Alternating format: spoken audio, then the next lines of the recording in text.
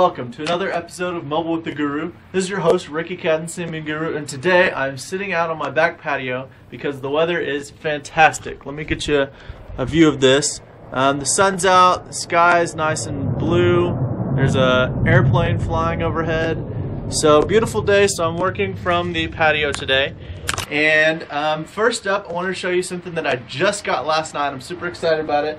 This is the Nokia 6650, and it's now available from AT&T. That's right, it's an S60 powered Nokia phone from AT&T. Walked into the actual AT&T store and picked it up. Fantastic. Good job, Nokia.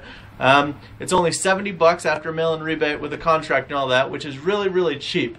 Considering that the last S60 phone that came out on AT&T, the N75, was like almost $200, and even was for a long time after that, even $100. So to come out and debut at $70 is really, really good. Excellent work, Nokia, getting that stuff into the price range of where it should be. So as you can see, it's a clamshell. It's very thin, and it flips open. It looks really nice. This is the red version. There's also a silver version that's available, and I'll probably honestly trade out. All they had was red for me yesterday, so that's what I got. It's got a 2 megapixel camera with a flash. It does okay. It's a 2 megapixel. It's nothing fancy.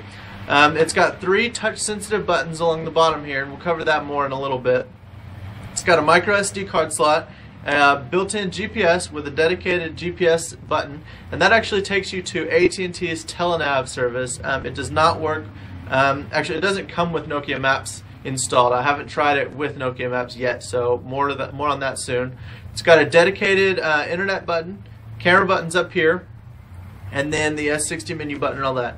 The keypad is actually very, very flat. However, each little label on here is raised slightly, so it's really easy to feel your way through just by feeling the labels. So at first glance, it's not great, but once you actually use it, it works pretty well.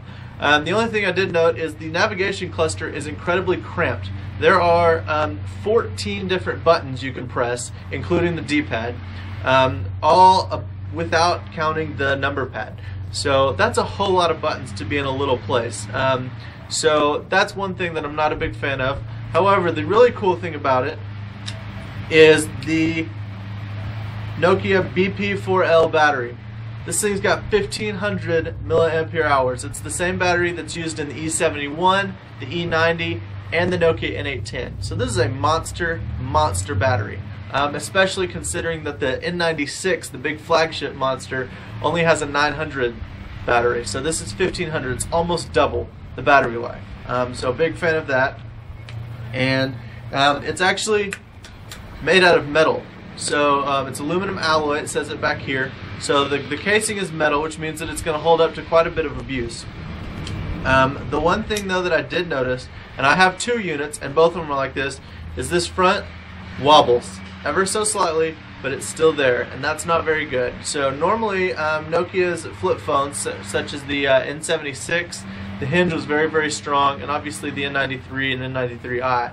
So not sure what's going on there, but we'll definitely check into it. It's got a micro SD slot here. This is the 2.5 millimeter headset adapter and the little 2 millimeter Nokia plug. So, and then it's got a micro USB port here on the side. I'm glad Nokia is moving all to micro USB. It's kind of a rough transition, but I think it'll be good in the long run. So, that's the Nokia 6650. It's got volume over here and a push-to-talk button that uses AT&T's push-to-talk service. So all in all, I've only played with it for a couple hours. I got it pretty late last night, but the actual user interface is not really all that bad considering. So we're going to have a full write-up, full review on Symbian-Guru coming this weekend, so we'll take an in-depth look at the different technical features and the software stuff that AT&T has done. It does, however, have this really, really, really annoying AT&T launch animation crap. So I'm definitely going to figure out how to get rid of that because it's awful. So that's the Nokia 6650 from AT&T. Pretty good if you want to get into S60 without breaking the bank. $70 is kind of hard to beat. So that's that. I also have been playing with the Motorola S9HD. stereo Bluetooth headset. This is the updated version of the original S9s, obviously, and it's behind the head, so it fits on like this, and it is incredibly comfortable to wear. The S9s are built to withstand a little bit of sweat and moisture, so if you're a workoutaholic, these are the ones to get. They fit really, really comfortable. You can see that it's just kind of balanced there nicely on your head.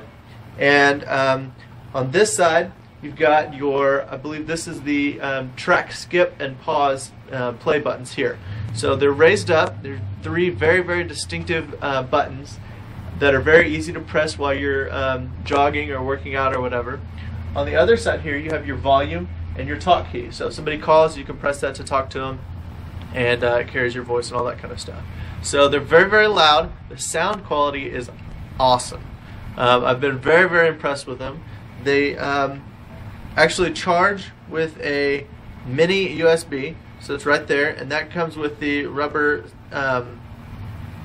hole cover thing, door, and then the power button. So very, very nice. We'll have a full review for these on mobileburn.com, and I may actually go ahead and review them on Symbian-Guru as well, because I really, really like them.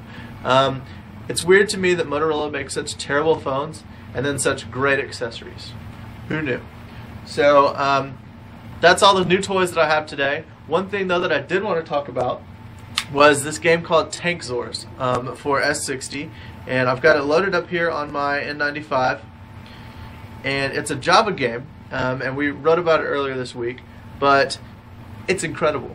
It's tons of fun, and it's basically you're a tank and you drive around and blow stuff up.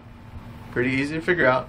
The cool thing about it is, one, it's free, and two, it runs on just about any S60 phone, landscape or portrait. So I've used the same game installation file for the N95, the 6650, obviously, the N82, the E71 even, and it runs great. And the other cool thing is that most of the game controls are done just with the D-pad and the left and right soft keys. So you can play it regardless of how your keypad is laid out, which is really, really nice. There's some extra controls that use the keypad, but you can play most of the game without it, so it's awesome. There's also, you can send it to a friend from within here, sends a text message for the download, and then you can play online levels. You can even load up a game. There's a free map editor tool that you can download from their site that lets you build your own maps, and then you can play them on your phone. Very, very cool. This game will definitely be a mandatory install on all of my phones. Because one thing that I have trouble with is I like, for instance, I love the E71. It's built fantastic, the software is nice and snappy, but annoyingly, there's not really any games for it. There's a version of Global Race, but that gets kind of boring after a little while, and the graphics aren't really all that spectacular in conjunction with the gameplay. So I've been looking for a good free game that I can load up on my non-N-Gage compatible phones just to get some entertainment on the go. So definitely, definitely check out Tankzors. It's way fun and it's free, so that's pretty hard to beat. The other thing that I want to talk about this week is the Nokia E63. This is a new version of the E71. It has the same styling as the E71 with some keyboard modifications here and there, but it's thicker and it has more of a feature set of, say, the E61i. It's only got a 2-megapixel camera with no autofocus or anything. It actually drops the GPS, but it still has Wi-Fi, and there will be a US 3G version as well as the Euro 3G and all that. So kind of interesting. It's designed obviously to bring messaging to the mass market with S60, which is very cool. I can definitely fly with that. I like that. It's supposed to be 199 euros, which is roughly 250 bucks. Unlocked straight from Nokia. Nokia is usually overpriced for their direct phones. So I'm pretty impressed with that. However, I'm really, really disappointed that they pulled GPS out instead of taking, say, Wi-Fi. It's going to have 3G anyways. You might as well take out Wi-Fi and put in GPS. Because a lot of Nokia's focus lately has been on GPS. We've got Nokia Maps. You've got the new Friend View that just launched last week or the week before that. And you've also got this Nokia Vine that's coming out very soon. All three of these are social applications, kind of. Nokia Maps isn't so much, but close. That use GPS. And since the E63 is supposed to be kind of for entry-level, more social people, like the youth who aren't going to spend a whole bunch of money on their phone, you would think that Nokia would want to encourage the GPS and put it in the phone, but they didn't. Not really sure I understand that. However, I guess we'll see how it goes. I do want to say though that the blue color scheme on this E63 is awesome. I would love if I could get my E71 in this blue color scheme. So just some commentary on that. Thanks again for watching. We'll have some really exciting stuff next week. So you definitely don't want to miss out. I know I say that every show, but I really am really pumped about this new stuff. So thanks again for watching. Have a great day.